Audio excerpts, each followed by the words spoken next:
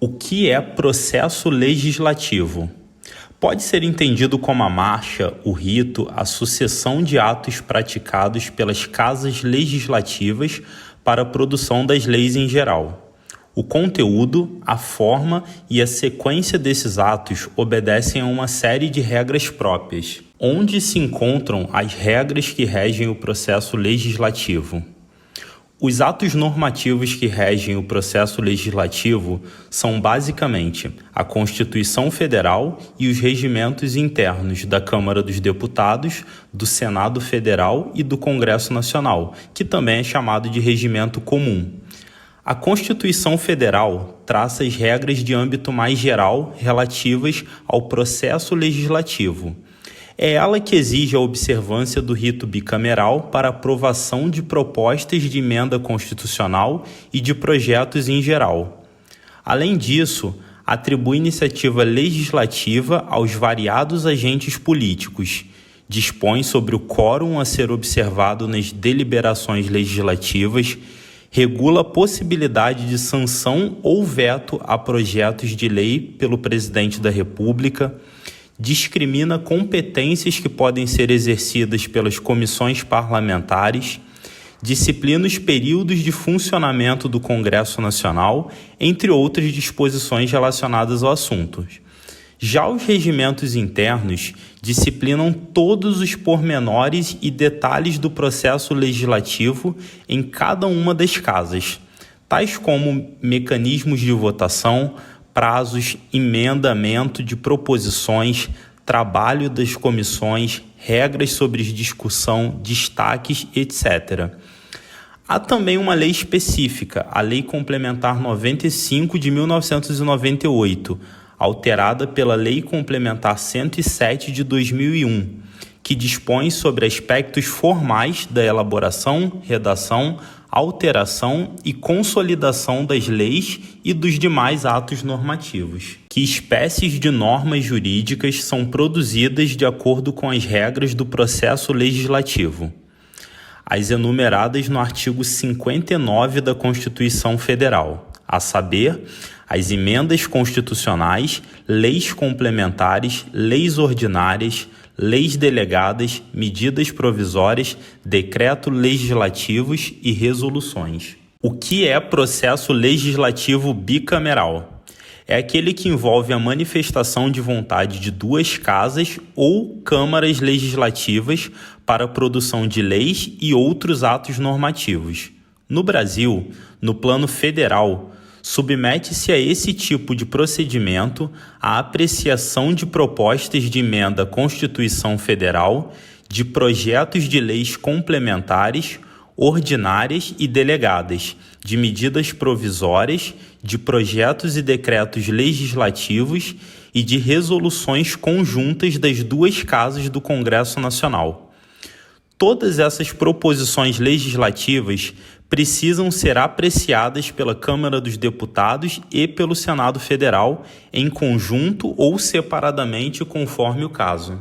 Como a Câmara e o Senado exercem suas funções legislativas no nosso sistema bicameral? Quando a matéria a ser apreciada depende da deliberação plenária das duas casas em conjunto, o que acontece apenas no caso de vetos presidenciais a projetos de lei e de projetos relacionados a lei orçamentárias, há comissões mistas constituídas de deputados e senadores, que se encarregam da fase preliminar de estudo e emissão de pareceres sobre o assunto. Para a segunda fase, de caráter decisório, convocam-se sessões plenárias conjuntas da Câmara e do Senado, chamadas sessões do Congresso Nacional. Nessas sessões conjuntas, as casas deliberam uma após a outra. Primeiro são colhidos os votos dos deputados e depois dos senadores. Computam-se em separados os votos e apurados em cada uma delas.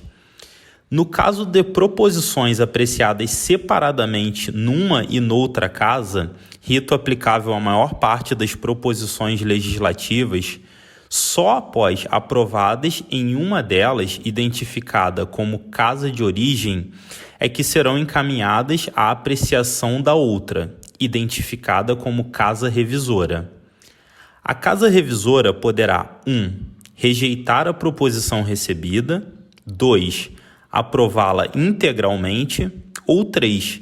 Aprová-la com alterações. Na primeira hipótese, rejeitar a proposição recebida, a proposição será arquivada. Na segunda hipótese, aprová-la integralmente, será encaminhada à promulgação ou ao presidente da República, conforme se trate de matéria de competência exclusiva do Congresso Nacional ou dependente de sanção ou veto do chefe do Poder Executivo. Na terceira hipótese, aprová-la com alterações, a proposição retornará à casa de origem para que esta aprecie as emendas propostas pela casa revisora. Observa-se, por fim, que a sistemática hoje prevista no texto constitucional para apreciação de medidas provisórias mistura um pouco desses dois tipos de procedimento. Exige-se a realização de uma fase preliminar de estudo e emissão de parecer por uma comissão de tipo misto, composta de deputados e senadores, mas a fase decisória tem lugar em sessões plenárias separadas de cada uma das casas. A tramitação de uma proposição separadamente em cada uma das casas segue regras diversas da tramitação em conjunto? No caso da tramitação conjunta, as regras aplicáveis são definidas no regimento comum das duas casas e também em resoluções específicas que regulam a apreciação de cada tipo de proposição, como é o caso das resoluções conjuntas sobre a apreciação de matéria orçamentária. Quando a tramitação se faz em separado, Câmara e Senado atuam de forma autônoma, seguindo apenas as regras de seus respectivos regimentos internos, embora devam respeitar algumas poucas disposições traçadas pelo regimento comum, destinadas a dar certa similaridade de tratamento aos projetos que saem de uma casa e são remetidos a outra para apreciação.